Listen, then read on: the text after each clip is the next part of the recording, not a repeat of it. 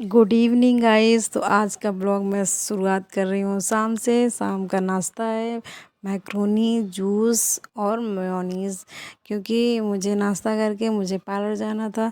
Parlour इसलिए जाना था क्योंकि मेरे रिलेटिव में शादी है, तो मुझे शादी अटेंड करने जानी थी। तो मेरे चेहरे का हाल हो रखा था बुरा।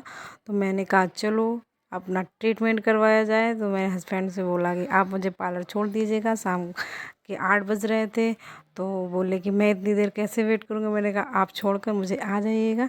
फिर ये मैंने करवाया अपने फेस में फेशियल और आईब्रोज़ करवाई। फेशियल मतलब इसलिए करवाया कि बाबू होने के बाद मैंने बिल्कुल केयर नहीं की अपने चेहरे की। तो काफ़ी मतलब डैमेज टाइप का चेहरा हो गया था। तो मैंने कहा चलो एक फेशियल ले लेती हूँ। मैंने फेशियल करवाया, इन्होंने पैक लगा दिया था। मेरे पैक लगाने के बाद मैं ऐसे खड़े हो गई। मैंने कहा चलो वीडियो बना लेते हैं।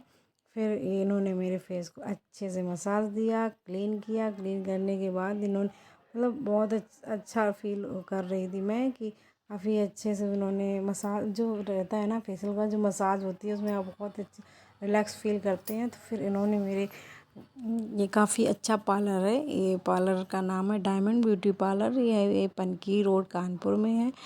और मतलब आप लोग अगर कभी आइए तो ये अच्छी सर्विस देती हैं।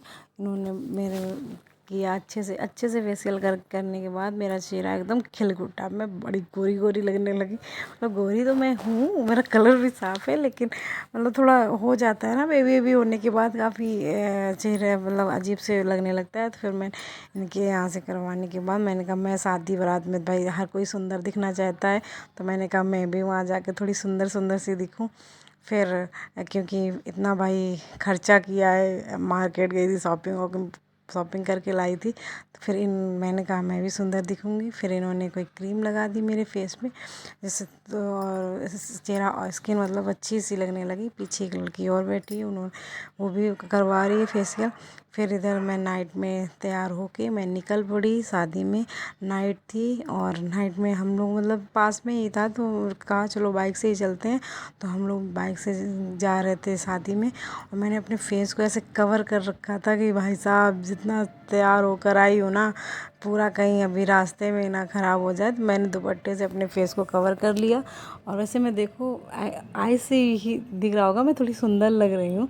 मतलब मैं सुंदर, मैं यार मैं भूल जाती हूँ मैं भी सुंदर हूँ। मतलब मुझे अपने आप में लगता है कि मैं चलो ऐवे ही हूँ, लेकिन नहीं यार, मतलब तैयार होने के बाद मैं लगती हूँ कि हाँ मैं थोड़ी ठीक ठाक हूँ।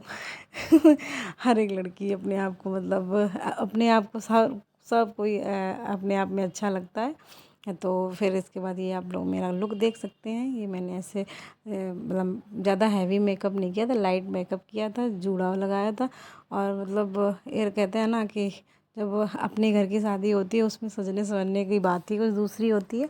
थी रिलेटिव में शादी थी, तो मुझे इतना बन ठन के नहीं जाना था। मैं ऐसे ही नॉर्मल सिंपल से चली। ये मेरे हस्बैंड रहे, ये मेरा भाई है। ये दोनों लोग इतना शर्माते हैं वीडियो बनवाने में। मैंने कहा चलो थोड़ा सा वीडियो में आ जाओ यार। तो बोल रहे थे अरे नहीं मुझे मतलब दोनों जीजा साले बिल्कुल एक जैसे हैं, बिल्कुल दोनों दोनों इतना शर्माते हैं।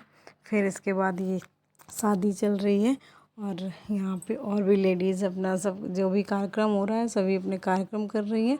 और यहाँ पे भाई और मेरे हस्बैंड और मैं बैठ के शादी एंजॉय कर रहे थे। मतलब शादी क्या एंजॉय कर रहे थे, देख रहे थे कि अरे दूल्हा आ जाए, दूल्हे को देख लें, इसके बाद घर निकलें। फिर काफ़ी टाइम लग रहा था। मतलब ये सब होने के बाद फिर ये अभी जयमाल का जो डेकोरेशन होता है ये अभी हुआ नहीं था, काफ़ी लेट बारात हो गई थी। क्योंकि अब ये मेरा आप लोग देख सकते हैं मैंने यहाँ रील्स शूट की। आप लोग अगर रील्स देखना चाहते मेरे शॉर्ट वीडियो में चले जाना, एक या तो इंस्टाग्राम पे देख लेना, अंजू P2250 मेरी आईडी है। और मतलब वो पब्लिक नहीं है, आप में से कमेंट करिएगा कि मैं पब्लिक कर दूं आईडी, तो फिर मैं कर दूंगी। अभी मेरी प्राइवेसी लगी हुई है। जैसे रील्स बना रही थी वहाँ पे मुझे इतनी शर्म आ रही थी, तो फिर भी मैंने चलो कहा चलो कोई ना, चलो रील्स बना ही लेती हूँ। फिर ये इधर जयमाल हो रही थी, ये दुल्हन दूल्हा खड़े हुए थे। जयमाल होने के मतलब काफ़ी भीड़ हो जाती है ना आगे, मैं तो अपना पीछे बैठी थी वहीं से एंजॉय ले रही थी। और दूल्हा भी खुश थे, दुल्हन भी खुश थी। दोनों को मज़े कर रहे थे, जयमाल पर एंजॉय कर रहे थे। भाई किसी की भी शादी हो, वो अपने आप में तो सभी को खुशी मिलती है, चाहे मैं हूँ या कोई और। मैं भी अपनी शादी के टाइम बहुत ही मतलब, जब स्टेज पे लोग होते हैं ना, तो लड़की तो धक धक धक धक धक धक फील करती है। पर फिर यहाँ पे मैं खड़ी थी और मेरे यहाँ सिस्टर वगैरह थी। ये सिस्टर विस्टर सब भटक रही हैं, यहाँ से पास भटक रही हैं।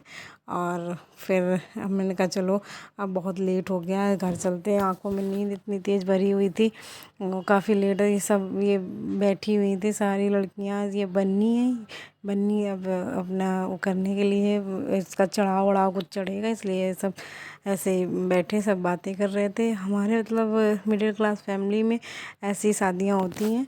और मतलब ये था कि चलो ये मेरी भाभी हैं, ये भाभी जी कितनी क्यूट लग रही हैं। मतलब ये बहुत ही, इनका स्वभाव बहुत ही अच्छा स्वभाव। मेरी सिस्टर है, ये मेरी सिस्टर थी जिसकी नंद की शादी थी। ये भाभी जी हैं। हम लोग बैठ के बातें कर रहे थे, फिर मैं चली आई अपने घर। मैं शादी एंजॉय करने के बाद मैं निकल आई थी घर। रात ही में मैं घर आ गई थी और फिर मैं घर आ के मैंने